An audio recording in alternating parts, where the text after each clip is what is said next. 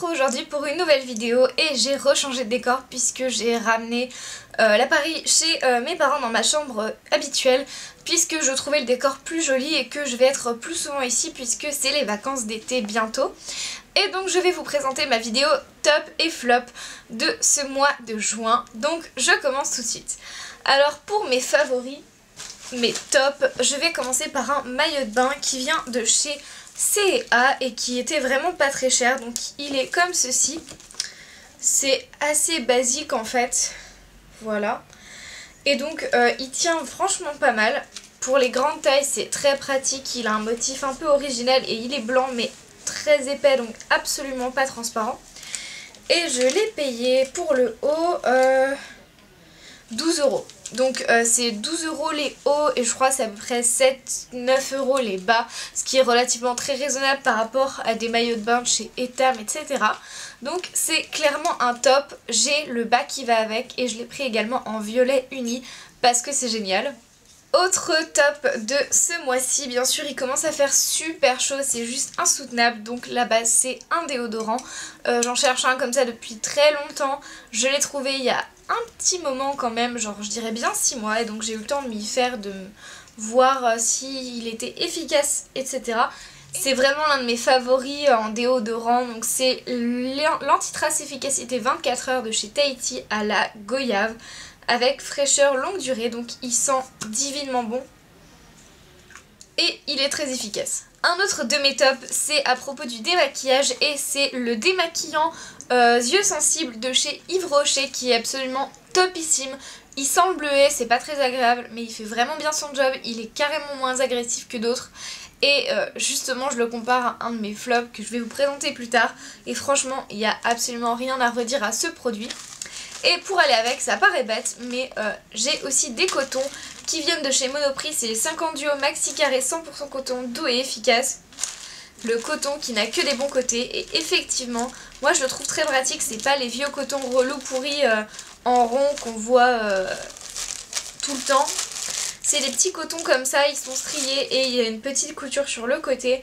Et moi je trouve ça juste absolument génial. Ils sont nickel, très pratiques.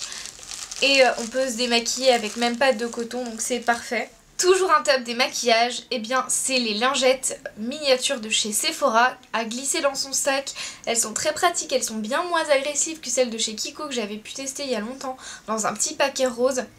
Elles se conservent super bien, le packaging est très pratique, c'est sobre, c'est basique, c'est blanc, c'est pas méga girly, etc. Mais le produit fait tellement bien son effet que franchement j'adore et elles sont vraiment pas chères.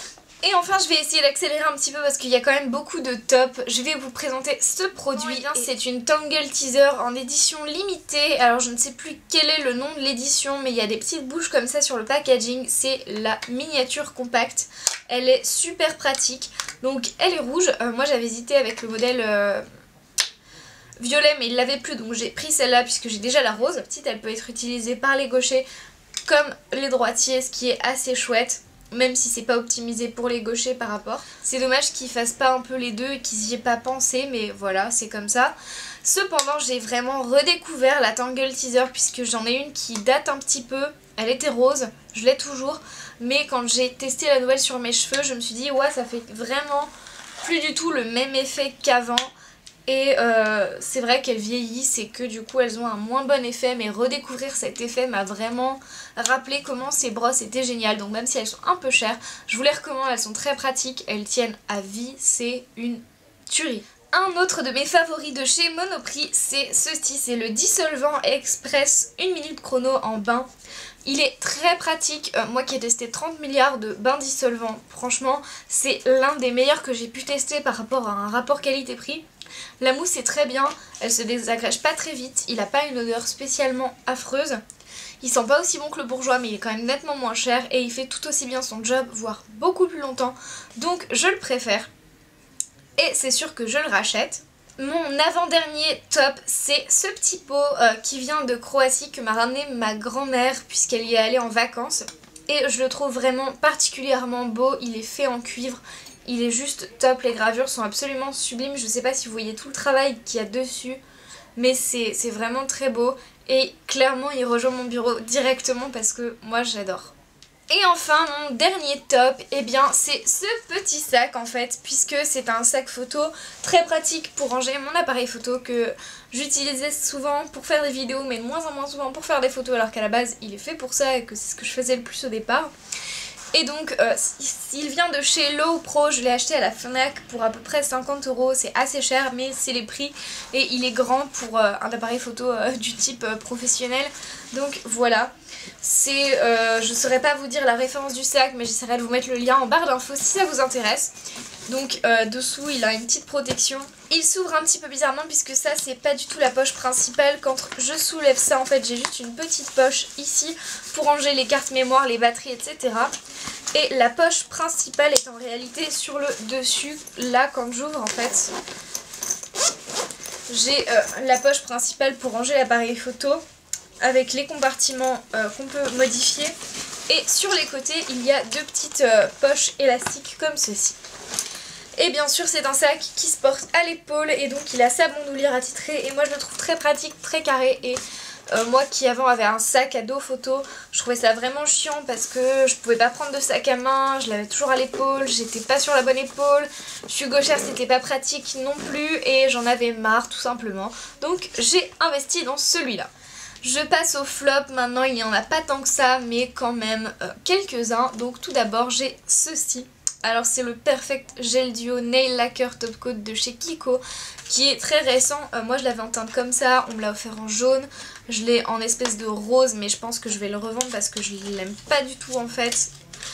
Et franchement je sais pas qui a eu cette idée de vendre les deux comme ça mais c'était pas une bonne idée dans le sens où... Alors ça se présente comme ceci. Alors niveau packaging c'est très joli sauf que le gel, on a l'impression quand on prend le tube qu'il y en a 10 fois moins dedans que dans le vernis. Donc clairement on se sent un peu biaisé vu qu'à chaque fois qu'on met le vernis il faut mettre ça par dessus. Clairement on a l'impression, ouais non, on a l'impression qu'il n'y en a pas assez. Le tube est absolument pas transparent donc on se rend pas compte de la quantité qui reste dedans. Et surtout, eh ben, je le trouve pas si bien que ça, si gel que ça. Franchement, c'est pas une tuerie, un truc de ouf pour le prix que ça vaut, c'est-à-dire à peu près 8 €.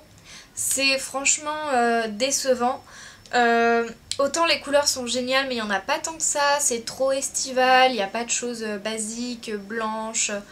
Non, pas du tout. Et clairement, ça, je trouve que ça s'applique pas vraiment bien dans le sens où c'est un effet gel. Que c'est pas du tout comme le top coat 3 en 1 chez Kiko, toujours qui lui est excellent, genre qui va s'étaler sur l'ongle etc. Et genre si vous en avez trop mis, bah c'est pas grave, ça se verra pas. Là clairement à chaque fois vous en mettez pas assez, si vous en mettez pas assez ça va pas s'étaler, ça va faire une marque en mode d'un côté c'est brillant, de l'autre côté tu vois que c'est pas très brillant. Et ça fait une marque comme si t'avais pas mis assez de vernis jusqu'au bout, donc c'est moche. Donc clairement pour moi c'est un flop, que c'est hors de question que je le rachète et je ne le conseillerais à absolument personne. Ensuite j'ai l'eau micellaire de chez Sephora, c'est l'eau micellaire démaquillante triple action. Et franchement, alors c'est pas qu'elle fonctionne pas mais c'est qu'elle irrite énormément, c'est absolument pas pour les yeux sensibles.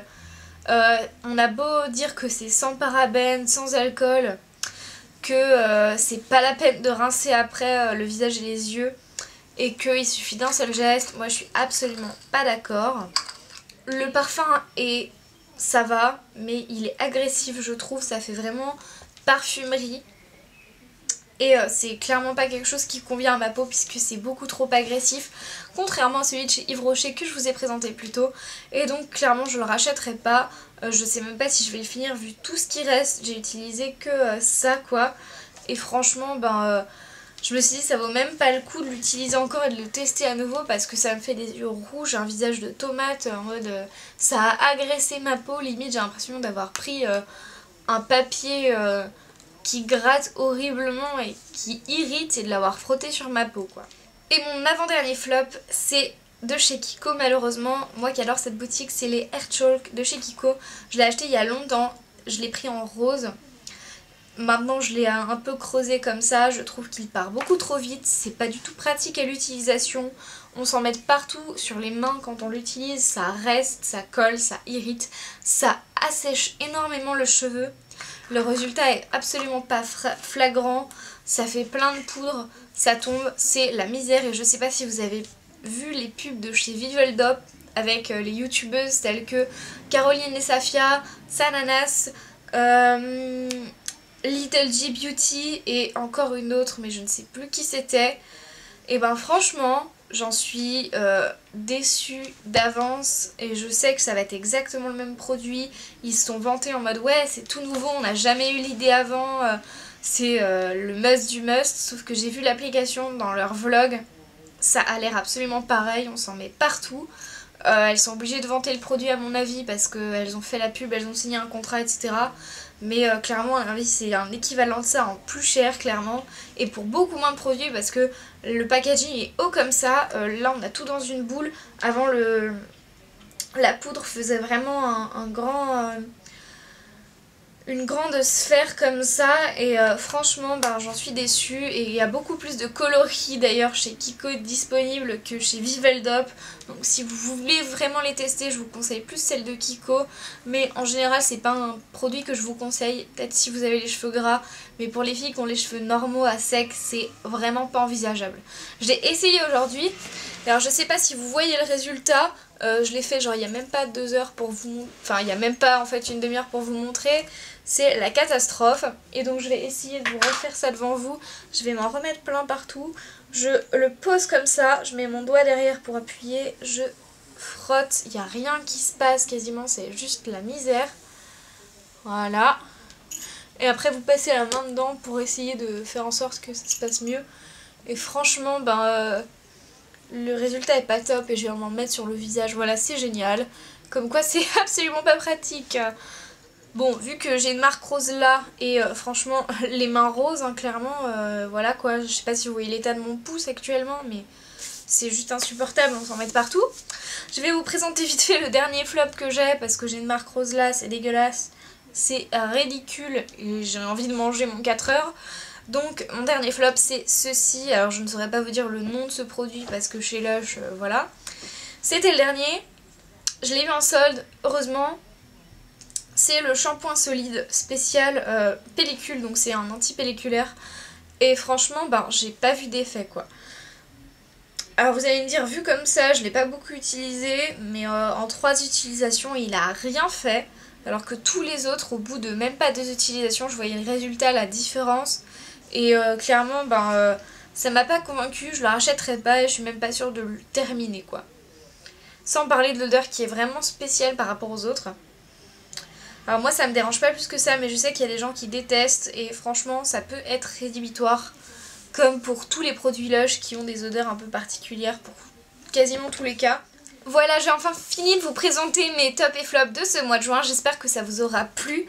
On se retrouve bientôt pour de prochaines vidéos. D'ailleurs, n'hésitez pas à me dire en commentaire ce que vous voudriez voir. S'il y a des tags récents auxquels je suis passée à côté complètement, n'hésitez pas à me dire si vous voulez que je les fasse. Si vous avez des idées complètement nouvelles, des idées de recettes, n'hésitez pas. Et en attendant, prenez soin de vous et ciao ciao!